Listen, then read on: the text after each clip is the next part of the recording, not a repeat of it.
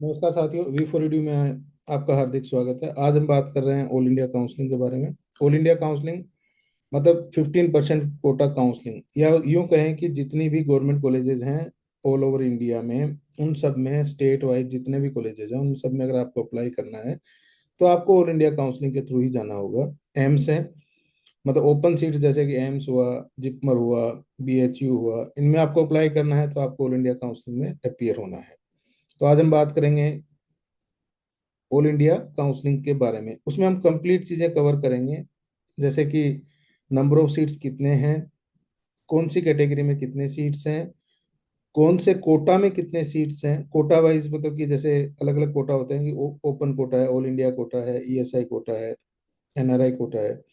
इन सब के बारे में, डीम्ड यूनिवर्सिटी कोटा है, इन सब के बारे में हम इस छोटे से वीडियो में बात करेंगे। और साथ ही साथ हम ये देखेंगे कि कौन से इसमें कैटेगरीज हैं, कितने तरह के जो वो कॉलेजेस हैं, क्या कॉलेजेस का कट ऑफ है, लास्ट ईयर क्या गया था, कहाँ तक एडमिशन होने के चांसेस हैं, ये सारी चीज़ें, और क्या वो काउंसलिंग का प्रोसीजर है, ये सारी चीज़ें हम लोग इस छोटे से वीडियो में कवर करेंगे। तो अंत तक बने रहिएगा कंप्लीट डिटेल्स के लिए। तो आइए सबसे पहले देखते हैं ऑल इंडिया काउंसलिंग के बारे में। तो ऑल इंडिया काउंसलिंग में जाने से पहले हमें ये देखना होगा कि टोटल नंबर ऑफ सीट्स हैं वो कितने हैं, मतलब इंडिया में टोटल कितने सीट्स हैं, MBBS के लिए टोटल वो कितने सीट्स अवेलेबल हैं, और कौन कौन से स्टेट में कितने सीट्स हैं।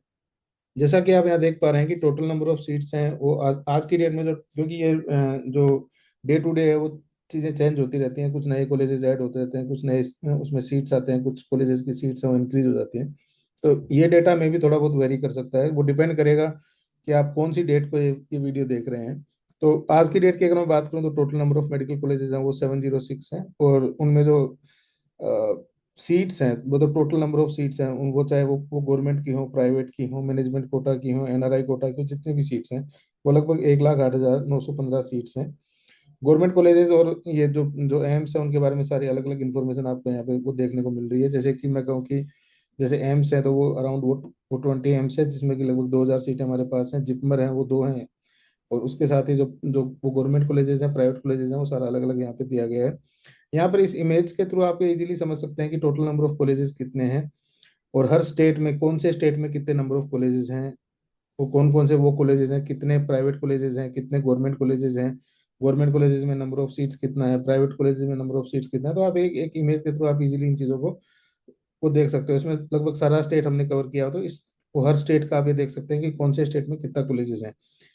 इस इमेज का लिंक जो है वो आपको मैं डिस्क्रिप्शन में दे दूंगा, तो वहाँ आप इजीली उसको देख पाएंगे, डाउनलोड भी कर सकते हैं इस इमेज को, तो आप अपने पास रख सकते हैं कि टोटल नंबर ऑफ सीट्स आप वहाँ पे भी इजीली देख सकते हैं। जैसा कि अभी हमने देखा था कि टोटल नंबर ऑफ सीट्स कितने हैं, तो यहाँ ये जो आपको स्क्रीन दिख रही है यहाँ पर आप देख पा रहे हैं कि ये वो वेबसाइट है जिसके थ्रू आप ऑल इंडिया कोटा में अप्लाई कर सकते हैं। तो मैं आपको ये बताना चाहूंगा कि अगर आपको ऑल इंडिया कोटा में अप्लाई करना है तो उसके लिए आपको mcc.nic.in की साइट को ओपन करना है। यहाँ पर आप जैसा कि देख रहे हैं, आपकी साइट आपके सामने है, इसके अंदर जो UG मेडिकल दे रखा है, तो उस टैब पे आपको क्लिक करना है। ये टैब देख के आपको समझ में आ गया होगा कि जितने भी काउंसलिंग हैं, जो ऑल इंडिया की जो कॉलेजेस हैं उनके लिए जो भी काउंसलिंग होती है उसी साइट के थ्रू होती है। चाहे वो MDS कोर्स हो, चाहे BDS कोर्स हो, चाहे वो आपका PG में हो, चाहे सुपर स्पेशलिटी का कोर्स हो, जितना भी ऑल इंडिया लेवल पे जो कोर्सेज होंगे वो सारे के सारे जो काउंसलिंग है उनकी इसी वेबसाइट के माध्यम से होगी। तो सबसे पहले हम लोग UG मेडिकल के टैब पे क्लिक करते हैं, थोड़ा सा नीचे स्क्रॉल डाउन करते हैं तो यहाँ पे हमें कैंडिडेट एक्टिविटी देखने को मिलती है। कैंडिडेट एक्टिविटी में जो टैब है वो न्यू रजिस्ट्रेशन का टैब हमें देखने को मिलता है। तो जैसे हम इस न्यू रजिस्ट्रेशन के टैब पे क्लिक करते हैं तो यहाँ पर नए रजिस्ट्रेशन के लिए फॉर्म है वो ओपन हो जाता है। तो यहाँ पर आप एक नया एज ए न्यू कैंडिडेट आप यहाँ पे साइन अप कर सकते हैं, जिसके थ्रू आप न्यू कैंडिडेट के थ्रू आप न्यू वो कैंडिडेट रजिस्ट्रेशन के टैब पे जैसे आप क्लिक करेंगे तो नए कैंडिडेट के लिए फॉर्म ओपन हो जाएगा, जिसके थ्रू कि आप यहाँ पे अप्लाई कर सकते हैं। अब यहाँ पे जैसे आप अप्लाई करेंगे तो उसके बेस पे आपका ID पासवर्ड जनरेट हो जाएगा, और यहाँ आगे जाके आपको ऑप्शंस मिलते हैं कि आप कॉलेज चॉइसेस वगैरह कर सकते हैं। आप अपना जो जो चॉइस का वो कॉलेज है उसमें वो डाल सकते हैं, वो कौन से राउंड में आपको अप्लाई करना है वो आप अप्लाई कर सकते हैं। और जो रजिस्ट्रेशन फीस है, एप्लीकेशन फीस है, वो इसी वेबसाइट के थ्रू है वो सबमिट होता है।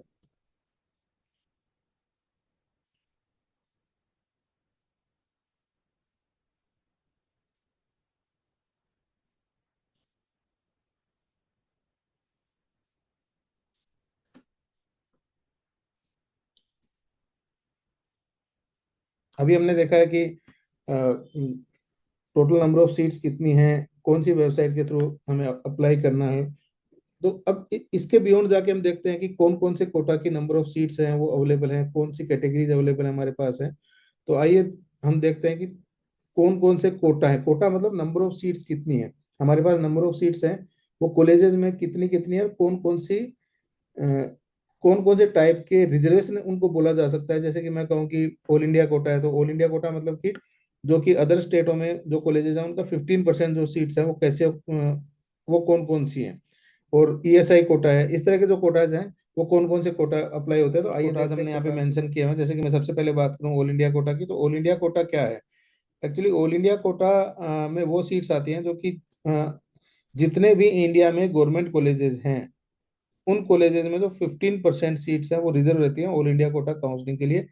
तो वो जो सीट्स हैं वो उनको ऑल इंडिया सीट्स बोला जाता है, या मैं कहूँ कि ऑल इंडिया कोटा को बोला जाता है।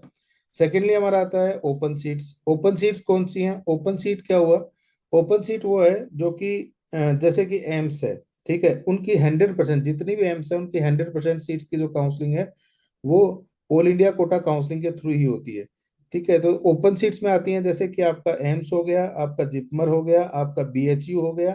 ये सारे क्या हैं, ओपन सीट्स इनको बोलते हैं, या ओपन कोटा सीट बोलते हैं। मतलब सीट टाइप इनकी ओपन है। ये सारी की सारी सीटें 100% जो इन तीनों को जो मैंने आपको कॉलेजेस बताई हैं, एम्स बताया, जिपमर बताया, बीएचयू बताया, इन सारी कॉलेजेस की 100% जो सीट्स हैं उनकी काउंसलिंग है वो ऑल इंडिया काउंसलिंग के थ्रू ही होगी। मतलब उसका कोई दूसरा वे नहीं है उसमें एडमिशन लेने का। उसके बाद वो बात करते हैं हम लोग ईएसआई कोटा। ये क्या है, एम्प्लॉय स्टेट इंश्योरेंस कोटा है। मतलब कि जो इंश्योर्ड पर्सन होता है, आईपी कोटा भी इसको बोला जाता है। जो आईपी सर्टिफिकेट जिनके पास होता है, इंश्योर्ड पर्सन सर्टिफिकेट होता है, वहां पर आप ईएसआई कोटा में अप्लाई। यहाँ ध्यान देने की बात यह है कि ईएसआई कोटा जो है वो हर फैमिली में एक ही मेंबर को मिलता है। तो मतलब जो वो जिनके पास ईएसआई कार्ड है, या मैं कहूँ कि आईपी कार्ड है, उस फैमिली में एक ही पर्सन है वो इस कोटे का बेनिफिट ले सकता है। और ये जो सीट्स हैं, ये जो कॉलेजेस हैं वो ऑल ओवर इंडिया में अभी तक जो कॉलेजेस हैं वो 11 कॉलेजेस हैं जिनके अंदर की ईएसआई कोटा लगता है। मतलब इनकी सीट्स हैं वो अलग से रिजर्व रहती हैं उसके लिए। तो इन सीट्स को बोला जाता है ईएसआई सीट्स। अब बात करते हैं हम लोग डीम्ड यूनिवर्सिटी की। तो जो डीम्ड यूनिवर्सिटी होती है वो क्या है, डीम्ड यूनिवर्सिटी जो वो यूनिवर्सिटीज हैं जो कि प्राइवेट यूनिवर्सिटी जिनको बोल सकते हैं, या मैं कहूँ कि ऑल इंडिया काउंसलिंग में अगर प्राइवेट कॉलेजेस की बात करूं, एक सीधी भाषा में मैं आपको बता रहा हूँ कि ऑल इंडिया काउंसलिंग में अगर हम लोग प्राइवेट जो सीट्स है, प्राइवेट मेडिकल कॉलेजेस की बात करें, तो उनको हम लोग डीम्ड यूनिवर्सिटी के अंदर में लाते हैं। तो जितनी भी डीम्ड यूनिवर्सिटी होती हैं उनकी 100% जो सीट्स होती हैं उनकी काउंसलिंग जो होती है वो ऑल इंडिया काउंसलिंग के थ्रू होती है। मतलब डीम्ड यूनिवर्सिटी में अगर आपको एडमिशन लेना है किसी भी सीट पे हो, चाहे उसके एनआरआई सीट पे हो, चाहे मैनेजमेंट सीट पे हो, चाहे उसका जर्नल सीट पे हो, तो वो आपको फिर ऑल इंडिया काउंसलिंग के थ्रू ही जाना पड़ेगा। अब बात करते हैं हम लोग एनआरआई कोटा काउंसलिंग की। अब एनआरआई कोटा क्या है, देखिए एनआरआई कोटा के लिए मैं एक अलग से वीडियो में आपको मैं बना दूंगा कि भाई एनआरआई कोटा क्या है। बाकी अगर कोई कैंडिडेट है वो एनआरआई कैटेगरी में अप्लाई करता है तो उसके लिए कुछ सीट्स हैं वो रिजर्व रहती हैं। जैसे मैं बात करूं ऑल इंडिया काउंसलिंग की, तो ऑल इंडिया काउंसलिंग में सिर्फ और सिर्फ डीम्ड यूनिवर्सिटीज में सीट्स रहती हैं, वो एनआरआई कोटा की सीट्स रहती हैं जहाँ पे कि एनआरआई कैंडिडेट है वो अप्लाई कर सकते हैं। उसके अलावा एम्स दिल्ली में भी कुछ सीट्स हैं जिन पे एनआरआई कैंडिडेट है वो अप्लाई कर सकते हैं। लेकिन उनके लिए जरूरी है कि जो एनआरआई कैटेगरी है, मतलब कि वो जो जो एनआरआई बंदा है वो खुद स्टूडेंट बाहर होना चाहिए। मतलब जो अगर आपको दिल्ली में अप्लाई करना है तो उसकी बात मैं बता रहा हूँ। अदरवाइज तो जो बाकी एनआरआई के रूल्स है वो कॉमन होते हैं। वो तो वो सारे लोग अप्लाई कर सकते हैं जो एनआरआई के मतलब वो ब्लड रिलेशन में, मतलब कि फर्स्ट डिग्री के अगर रिलेटिव है तो वो अप्लाई कर सकते हैं। उसका मैं एक अलग से आपको एनआरआई के बारे में पूरा वो कंप्लीट वो डिटेल वीडियो का अलग से मैं बना के दे दूंगा। अब उसके बाद यहाँ लिखा गया है अदर कैटेगरी। तो अदर कैटेगरी में कौन सी कैटेगरी आती है, जैसे कि जैन माइनॉरिटी है, मुस्लिम माइनॉरिटी है, ठीक है, ये सारी जो कैटेगरीज आती हैं वो अदर कैटेगरी, मतलब कुछ सीटें उनके लिए भी रिजर्व रहती हैं जो माइनॉरिटीज में आते हैं। तो वो जो कैटेगरीज होती हैं वो एक अलग टाइप की कैटेगरी है जिनमें कि वो जैसे मैंने कहा कि वो आपका एनआरआई है, जैन है, ठीक है, इन सब के लिए सीट्स हैं वो अलग से, इनका जो रिजर्वेशन रहता है वो भी अलग से सीट्स वो मेंशन की हुई रहती हैं।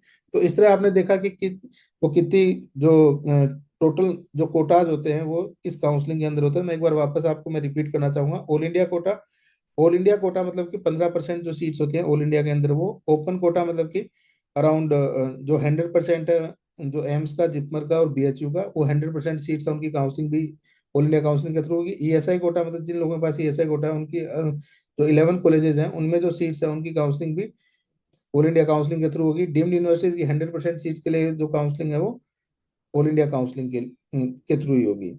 तो अब इसके अलावा हम देखते हैं आगे का, जो हम लोग वो देखते हैं कि कैटेगरीज कौन कौन सी है। तो हर स्टेट में अलग अलग कास्ट कैटेगरीज है वो देखी जाती है। तो यहाँ ऑल इंडिया में जो है वो कैटेगरीज है वो बेसिकली वो डिफाइंड है, सिर्फ 5 जो कोर कैटेगरीज हैं आपकी वही आती हैं। जैसे कि जर्नल है, जर्नल में ही ईडब्ल्यूएस हो गया, फिर ओबीसी कैटेगरी होगी, एससी कैटेगरी होगी और एसटी कैटेगरी होगी। जो पीडब्ल्यूडी कोटा है वो सब इनके अंदर ही वो सम्मानित है। जैसे कि मैं बात करूं वो जनरल का, तो जनरल का पीडब्ल्यूडी कोटा है वो अलग रहेगा, ईडब्ल्यूएस का पीडब्ल्यूडी कोटा अलग रहेगा, ओबीसी का अलग रहेगा, एससी का अलग रहेगा और एसटी का अलग रहेगा। इस तरह की अलग अलग कैटेगरीज है। इन कैटेगरीज में जो वो कैंडिडेट है उनके अकॉर्डिंग रिजर्वेशन दिया गया है, उस रिजर्वेशन पे एडमिशन होना होता है। तो देखिए अभी आपने देखा कि काउंसलिंग जो है उसका प्रोसीजर क्या है, नंबर ऑफ सीट्स का आपने देखा, आपने कोटा के बारे में जान लिया है। तो अब हम बात कर रहे हैं कि कट ऑफ के बारे में। तो कट ऑफ है वो हर कॉलेज का अलग अलग कट ऑफ होता है। कट ऑफ मतलब हुआ कि वो उसका जो लास्ट एडमिशन है उसके अंदर वो कितने नंबर वाले का हुआ, कौन सी कैटेगरी में हुआ। तो आपको ये देखना होता है कि कैटेगरी वाइज क्या कट ऑफ रहने वाला है या लास्ट ईयर क्या कट ऑफ रहा है। तो हर साल जो है वो कट ऑफ है वो चेंज होता है। वो डिपेंड करता है कई सारे फैक्टर्स पे, जैसे कि नंबर ऑफ कॉलेजेस कितनी है, कितने बच्चों ने अप्लाई किया हुआ है, कौन सी कैटेगरी में कितने बच्चे आए हैं इस बार। तो इन सब चीज़ों के अकॉर्डिंग हर साल है वो कट ऑफ है थोड़ा बहुत वेरी करता रहता है। तो जो लास्ट ईयर का वो कट ऑफ है कैटेगरी वाइज वो आपको इस वीडियो के वो डिस्क्रिप्शन में मिल जाएगा। यहाँ जाके आप चेक कर सकते हैं कि कौन सी कॉलेज में, कौन सी कैटेगरी में और कौन से कोटा में कट ऑफ है लास्ट ईयर क्या रही थी। तो ये अगर आपको वो डिटेल चेक करनी है तो आपको वो डिस्क्रिप्शन में लिंक मिल जाएगा, वहां से आप इन चीज़ों को देख सकते हैं। इस वीडियो में इतना ही।